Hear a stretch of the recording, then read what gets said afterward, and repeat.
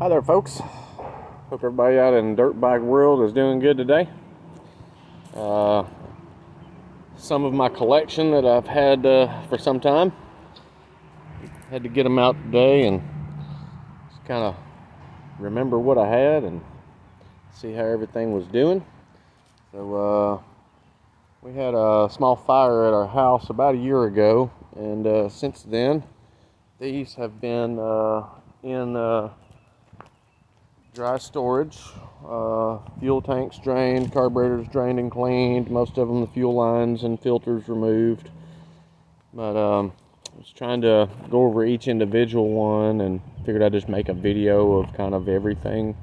And if anybody has any interest or questions, feel free to message me, or you can, if you'll reach out to me just on YouTube or through Messenger or whatever.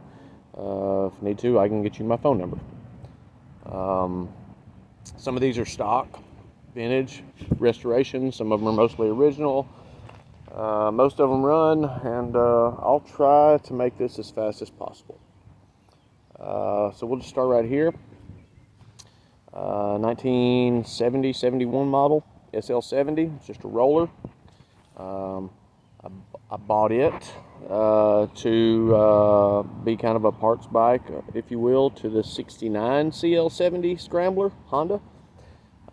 This has it's been very modified. It's changed to 12 volt lighting and blinkers and all that. It's tagged, insured, street legal.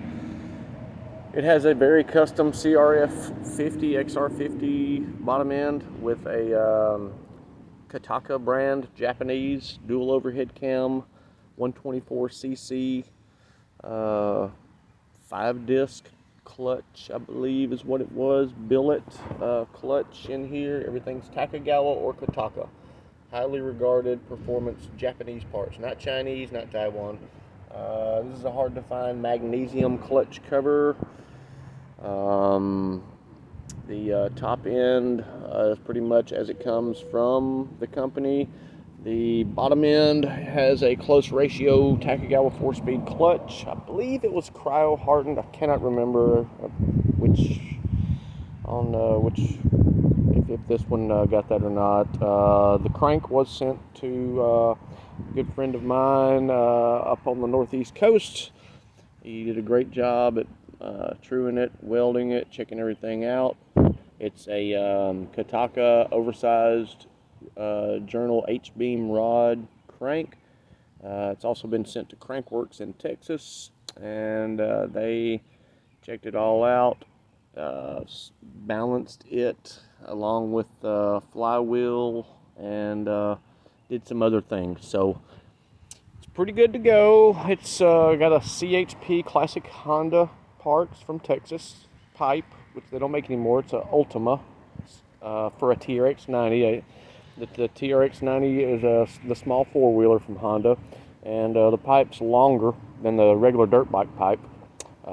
There's a regular dirt bike pipe Ultima on this crf50 I've got over here. Anyway, it's pretty fast. Runs somewhere around a 14-second quarter mile at somewhere between mid-90s, just under 100 miles an hour. Super fun machine. It's not for long trips or rides. It's not for the faint of heart. It's got a Vortex X10 CDI ignition, factory lightened flywheel, like I said, close ratio 4-speed transmission, 5-disc billet clutch assembly. Everything is pretty well good to go on this guy. It's got way too many things going on than I can even describe. Custom wiring harness that I built, runs the blinkers, the brake lights, the ignition, everything. It's all changed over to 12 volt, and to run blinkers and brake lights it uses a tiny little micro battery under the seat. Other than that, it's got an oversized charging coil stator behind that cover right there from Trail Tech that runs your headlight and your tail light. You see all the switches here, and here's your X10 ignition switch, and it's got this is a D-slide PWK 28mm carburetor. off of a CR85. It's been re-needled, re-jetted, re-everything for the needs of this motor. And then all your electronics and everything are inside this box right here. Pretty cool bike. 74, I believe. First year of MR50. It's an MR50, known as the Mr. 50 from Honda. It's 49cc, 2-stroke, air-cooled, 3-speed with a clutch. Bought it from Bill, who used to own Midway Cycles here in Madison, Alabama. It was behind his desk against the wall for years and years and years. With old cracked up fenders and stuff. Wouldn't run. He sold his company, and I, in turn, bought this bike and did a full frame-up restoration on it. And it's an awesome little bike. I actually put a tiny little bit of gas in it earlier, kicked it 3 times, cranked up like a champ.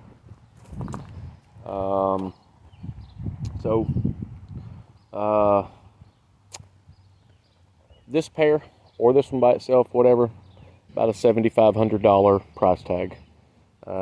You'd be hard pressed to find even the parts to build this combination, as far as the motor, for under roughly $7,000-8,000 by the time you paid the labor to do all the extra things that were done to it. Going further, also I do have the factory gas tank. It is in excellent condition for this. I put an aftermarket fuel tank on it just to ride, because the OEM factory gas tanks are impossible to find. You won't find one unless you find a whole bike, pretty much guarantee you. And the last time I did find one, 10 years ago, they wanted $1,000 for it. So I do have a fuel tank that can go with it. The Mr. 50. Took me about a year to source all the OEM parts, to rebuild the motor, the crank, everything inside, all the way down to rebuilding the little factory carburetor that was only used on this particular motor. Its tanks look good, suspension's rebuilt. I mean, it's head to toe, front to back, restored. That's going to be somewhere in that $3,800, $4,000 range on this bike. The one original thing that is still on it, according to the date code and the brand, we have assessed that we believe this is the original front tire that came on this bike when it was brand new in 1974. All right. 1978 DS80 Suzuki, 2-stroke, air-cooled, oil-injected. This was exactly like the first bike I ever rode. It was my brother's when I was about 5 years old. My dad put me on it after I learned to ride a bicycle, and I never looked back. I actually wore it out, traded it off for a boat motor at some point, and I actually restored this one. I wanted to give it to my brother. He wasn't really interested, so I've enjoyed it. It's pretty cool bike, and I've got a parts bike to go along with it that's almost complete. I restored it originally all the way down to finding original Suzuki hand grips for this particular model. There again, wheel bearings, brakes, chains, engine, crank rebuilt, cylinder board, OEM piston, everything's been gone through. Points, ignition, everything brand new, even new light bulbs. This bike got to be somewhere in the $3,000 range, maybe $2,500, something like that. cl70, I believe this is 76 model. Green ones are hard to find. Probably looks a lot better in the video than it does in real life. It's a little crusty. Somebody's clear coated over the patina on the gas tank.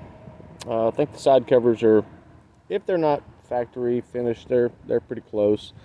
Seat cover's not bad, suspension's not bad. The motor does run. It does not have a breather or breather box on the carburetor, but you can see it does have many of the original things. The key switch is there, helmet holder is there, the helmet holder sticker, some of the other stickers are all there.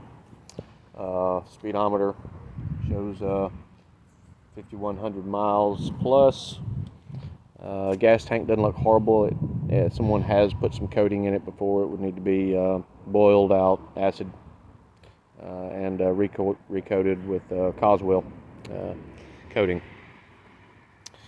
Exhaust has got some ding-a-rings in it and whatever, but it's pretty much all there. This is about a $1,500 bike. 92, I believe, Z50. Bought this with a bad motor. At one time I had a lot of CRF and XR50 motor bottom ends, which are great. Electronic ignition, they're the same basically as a Z50 motor. So this one particularly has a Kataka SE Performance big valve top end overbore 88 kit. It also has a Takagawa manual hand clutch. So it's a manual hand clutch, 3-speed. It's been detuned with a tiny carburetor so that it can run this tiny factory exhaust pipe. Super quiet, but when I say it's a sleeper, it's a sleeper. You can wheelie this thing in any gear you want to just by twisting the throttle, basically. It's just a tractor. This is somewhere around a $2,000 bike. I value the motor alone at probably about $1,200. 84 Z50, real popular. They had the nice wide comfortable Cadillac seat on them. So this one I got from the original owner. He's a local police officer here. I got this and one of my dogs from him, so really trust the guy. All original. He got it for Christmas when he was 4 or 5 years old. His parents wanted it out of the basement several years ago. He called me. He knew I was a Honda guy, so I picked it up. It did need smoked real bad. Needed rings. I put a aftermarket cylinder and head on it. Nothing fancy. Just wanted it to run good, and I already had the parts here, so that's somewhere around $2,000 bike. I put a seat cover on it, tubes in the tires, brakes, serviced, whatever. Other than that, I've still got the original top end for the motor and stuff in a box in here. So somewhere around 2,000, probably come down a little bit off that. This is a 85 ATC70. I bought it with no motor, just a roller.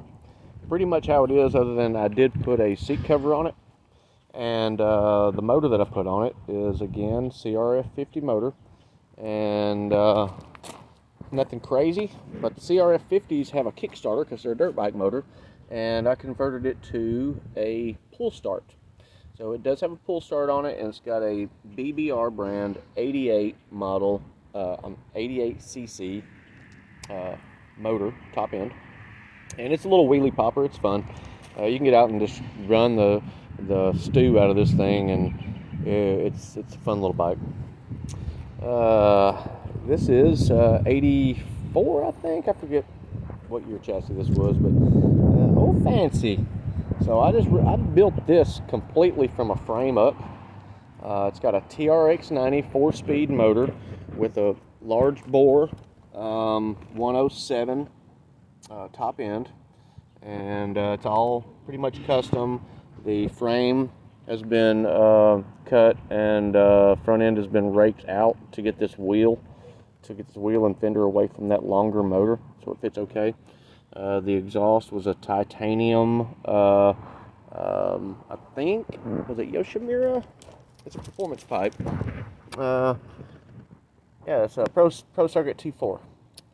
So it's a titanium pipe. It had a little bit of damage. It's for a CRF or XR50 dirt bike. It had a little bit of damage in the pipe, so it was a good one to cut. I don't generally want to cut pipes, but so it's been cut and extended to where it goes around everything cleanly out the back. And it's got Mayer plastics, seat cover. The gas tank, I ordered it from a guy I know out in California. Paid like $500 just for the gas tank. It's so clean on the inside. I did a custom hub and wheel on the front. Some beadlock wheels off the 450R. Those wheels would not go. Those were on my son's race quad when he was younger, so I will be keeping those.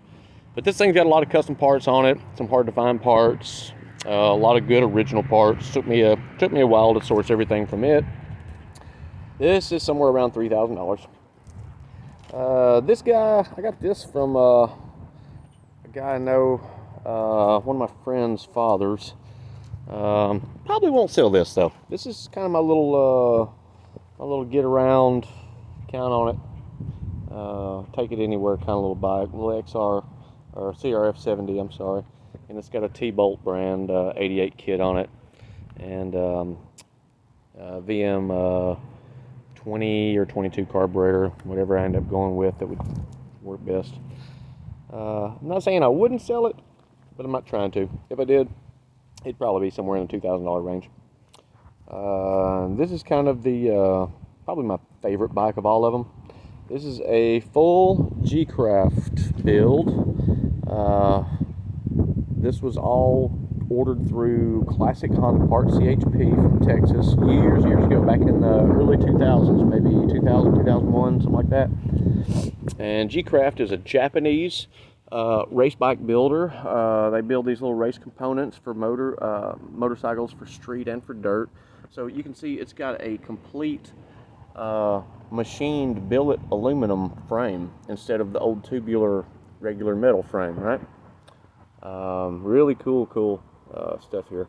All of the trees and forks parts are machined billet from a different company, but it's all older, discontinued Japanese, high quality, very expensive.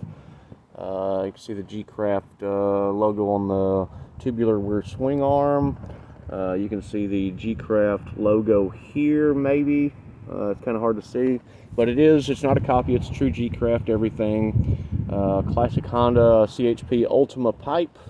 You'd be hard pressed to find very many of these in this condition still. They quit making them years and years ago, if I'm not mistaken. And it's got a Takagawa manual clutch, 3-speed engine. I believe it's a close ratio 3-speed. Might be a stock. Up there, there's a better logo right there where you can see. Might be stock in the bottom. A guy at a shop that I used to go to over here in Huntsville, Alabama. He was a technician in the shop, and he built this little pit bike. I think he raced dirt bikes and just built this as just a really cool pit bike. But everything is high quality, super high quality, fully functional, longer traveling suspension and stuff. BBR, I believe it's a 52 millimeter cylinder. And then I'm not 100%, but I got an extra crank with this that I think was a 50.5 millimeter crank. And then the box that it was in was for a 52 millimeter crank. So if that's the case, I'm not exactly sure if this is a 106, 107, or if it's more like a 117, 119 cc, but it'll absolutely scream. It's got a small Takagawa inner rotor ignition kit. It's got the bigger stroker crank plus another stroker crank that could come with it. Could use a little cleanup. It has been in storage. I believe that's the VM22 carburetor. Wait, is that a Ken? Anyway, everything's good to go. It's tuned up. It's right. There's another video of me riding this actually on YouTube on my channel, so you can check it out if you want to. It's like a manual clutch, high performance. It is a wheelie machine, revs to the moon. It's loud, it's proud, and it's built out of tons of parts that you'll be hard pressed to find any in this condition for sale anywhere. Promise. It also has BBR, an older BBR skid plate on it. It's got the classic Honda CHP foot pegs. It's all there. It's all there. This particular bike, I would value it somewhere in the 4,000 plus range. Some people call me crazy, but I'm okay with it. Last thing I've got is this BBR, Brown Brothers Racing out of the Northwest. This is a 007 V1 frame. Let's see, there you go. So there's the tag on it right here. It does have a eye shock on the back, swing arm, BBR D section pipe. Comes with subframe, fuel cell, gas tank, whatever you want to call it, pipe, everything you see there. It does not come with any hardware other than what's on there. Foot peg hardware and some of the other stuff has to be sourced however you choose to do it. Other than that, just got a few stragglers here. This is an older Pit Pro frame, and probably gonna hang on to that. Probably gonna hang on to it. Pretty cool. They use the large bore motors. Me and my son are probably gonna do something with it together at some point. Make him a little runaround bike. Just some random stuff in here. TRX70 four-wheeler frame, TRX90 frame, TRX90 frame, TRX90, TRX90. I got a couple more TRX90s hiding around somewhere. Probably let go of a couple of them. Not trying to get rid of all of them. Here's the parts bike for that DS80. I've got tons of wheels, tires. Not sure what I'm going to let go of yet on that. Nerf bars. A lot of 300DX, TRX90, 400DX, 450 parts. TRX90 Rob's Racing. Long travel swing arms. A lot of custom raft parts and stuff for TRX90. I don't even think they make them anymore. Steering stems, some other things. I don't know how many Ilka shocks I've got around here, but way too many. Probably hang on to my bumpers. These are all TRX90 bumpers. Wire and cross and some other ones. Pretty cool stuff. Some more CHP, which you see one says Scott Kane Racing SCR. He was just buying the Ultima pipes from CHP in bulk, putting them with his motor kits. There's another Ultima pipe for a CRF for XR50. Boxes and boxes and boxes of parts in my other building. Ignitions, wiring, chassis parts, motor parts, big bore kits, whatever. So if you're interested in anything, got questions, feel free to contact me. Reach out through YouTube or Facebook Messenger.